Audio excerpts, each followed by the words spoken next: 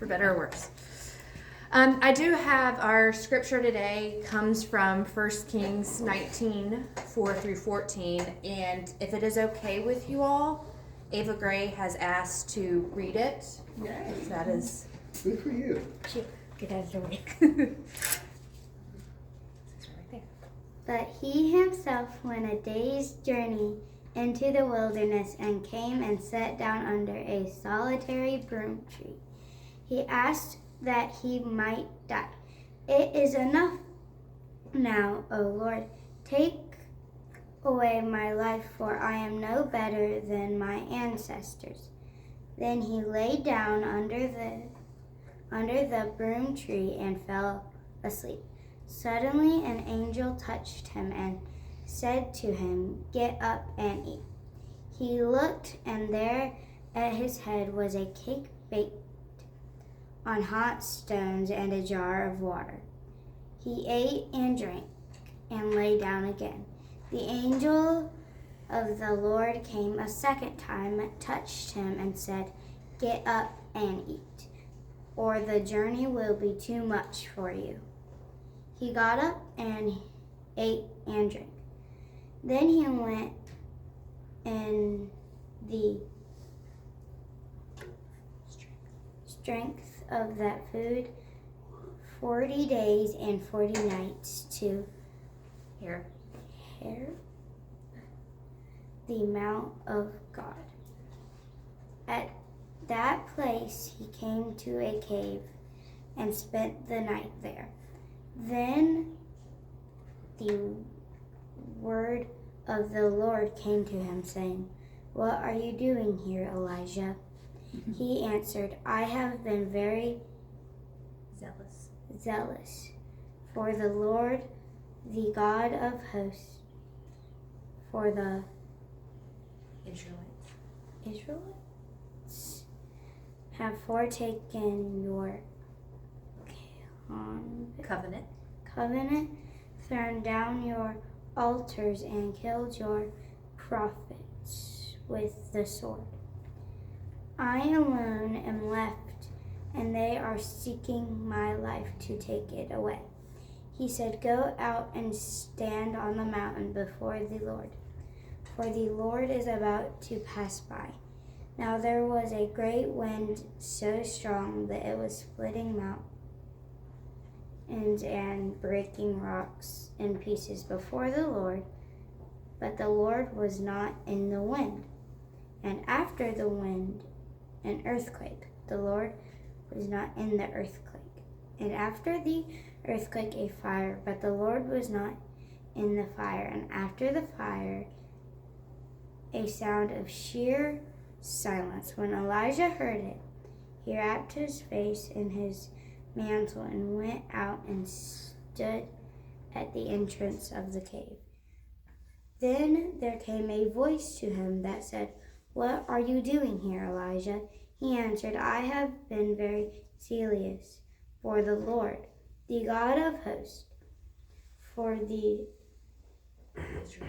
Israelites have forsaken your combat, thrown down your altars, and killed your prophets with the sword. I alone am left, and they are seeking my life to take it away."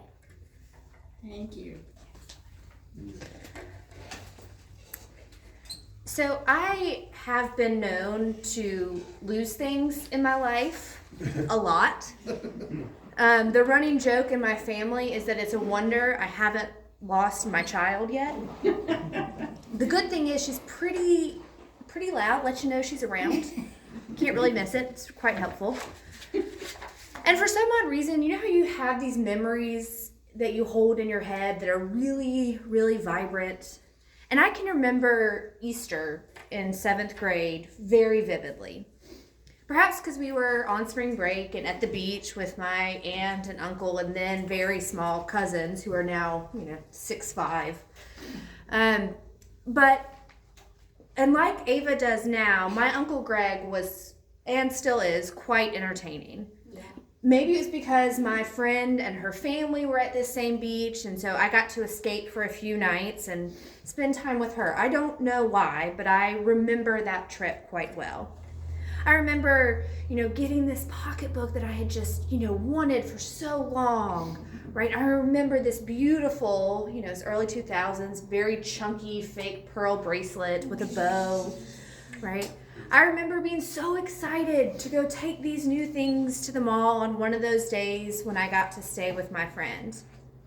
I remember my Easter presents. I remember laughing at my Uncle Greg or my cousin Mason, who was then probably 2, staying up and singing Little Bunny Foo-Foo all through the night in the room we were sharing, or going and banging on the door, I'm asleep. No, you're not, please. But what my friend's mother remembers, however, is not once, but twice having to trek back through that mall to pick up something that I had left behind.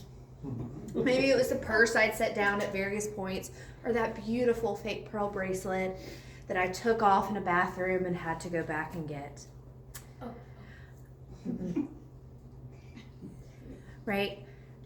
And at my high school graduation, that story was still being told. Unfortunately, at now 32, my brain can still be fairly scatterbrained. And I'm a firm believer that my husband got me this Apple Watch just for the very fact that I can ping my iPhone and figure out where I left it. Good idea. Right, yes. And it's come in very handy, when Ava as a little girl left my phone in a flower pot on my mom's back porch. I never would have found that thing. Or just yesterday when we were at Target buying birthday presents and I left without my phone. It's the thing. But it doesn't feel good to lose. Whether that might be like me misplacing precious items like a fake pearl bracelet, or to lose a game if you're a Carolina fan. I'm not the most competitive person in the world, unless John and I are in a race together, because we're both runners, and I have thought about, if I tripped him just right now, I could cross the finish line first. We're in a very healthy relationship, I promise. It's perfectly fine. But it just doesn't feel good to lose. And yet, being lost, happens again and again in our lives. Our scripture that Ava Gray read today tells the account of one you've probably heard time and time again. I know it's one I've preached on before. The account of Elijah waiting on the mountain for God to pass by. And instead of finding God in the might and the power and the storm, he discovers the divine in the stillness. But today I want to focus more on what happens before Elijah finds God in the stillness. Because I think it's important to note the context of the scripture we read today. Because Elijah is fleeing. He is afraid. There's lots of conflict between he and the Queen Jezebel, who's a Phoenician princess, a woman who's had to bring her own traditions, her own culture, her own gods, leave what she knows, and come to this new place. And to oversimplify it a lot, she and Elijah do not get along. And at this point, she's trying to have him killed. So he flees, he runs away in fear and anger, and probably some self-righteousness, and goes into the wilderness ready to die. It is enough now, O Lord. Take away my life, for I am no better than my ancestors. Retreat. Wilderness. It happens again and again and again in the Bible. Retreat due to frustration. Retreat due to hopelessness. Retreat due to searching for something. They go into the wild. But that's not the end of our story. Our scripture doesn't end with Elijah pronouncing, "Woe is me. This is incredibly hard, and I just can't do it anymore. You have asked too much of me, God. Too much has been taken. Life is just too hard, and I can't do it anymore." Elijah isn't left alone there. An angel of the Lord comes to him, taps him on the shoulder, and says, "Get up and eat." See, when I read those words, I think of my own grandmother, who, when she was having brain surgery, packed snacks for everybody to eat so they didn't get hungry while they were in the waiting room. Or at family functions was the absolute last person to sit down and eat, to the point that she's making you go get seconds before she's even had her first, because eating is really serious business. But mostly, caring for those around you is really serious business. Making sure people are full and content. And God is worried about this for Elijah in this moment. And it shows a God who is interested in the daily, messy reality of lived experience. A God who wants to make sure our plates are full and our stomachs satisfied. A God who understands that we can't do good work if the basic needs in our lives aren't being met. Get up and eat, or the journey will be too much for you. In the wilderness, in despair and fear, God shows up and provides.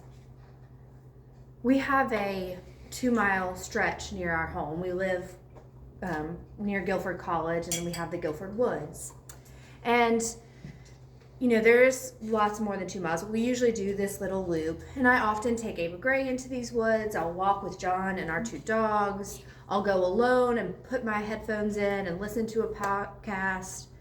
And I begin to notice something. If I'm alone, without my dogs, without Ava, I will inevitably see deer. Maybe 1, 2, 3. And on one day, on one of my walks, I was walking alone, bebopping along, not really paying much attention, and I noticed a deer standing at the edge of the path, just entering the woods, and she wasn't moving. And I was, probably from here to you all, very, very close. And so I stopped, initially startled by her presence, and yet she still did not move, just stared at me. It was the closest I've ever been to a deer without it, bolting away from me. And I stood there for a while, and I realized why she was so concerned, because I was in between her and her baby. And so I kind of slowly backed away, and the fawn crossed in front of me to join its mother, and they were gone. I stood there a moment, taken aback by the simple, beautiful, unexpected interaction I had just witnessed. So wrapped up in my own thoughts, I had almost missed it. Ava Gray often laments that she doesn't get to always see this, hasn't been able to see it on our walks. To which I have to remind her that you have to be quiet and calm to notice, to not scare the creatures away. Singing songs and skipping through the forest, while it's a lot of fun, it doesn't really attract and invite wildlife. But there's something about being with the unexpected in the wilderness. In those moments where we are wandering, where we feel as if we have lost ourselves, our sense of security, our sense of what is, whether out of exhaustion, fear, grief, uncertainty, transition, but something shows up in our midst, a God who provides. I think there are wilderness experiences over and over and over again in the Bible because life is oftentimes just hard, because we need rest, but also because of our connection with nature. With our need to experience the Creator in the midst of creation, to connect with the wild roots of faith, to connect to a love that literally holds the world together, a love that calls us into communion with all creatures. Reverend Victoria Lors, in her book, Church of the Wild, states, "Wilderness is any member of the natural world, the waters that flow from the sky, the crow calling from a nearby tree, the sun that rises every morning. The wilderness experience is holistic, centered in restoring a sense of connection and belonging to a larger story. Deep inner kindness, a radical sense of inner authority, and restoring your inherent capacity to connect with the sacred through all that is."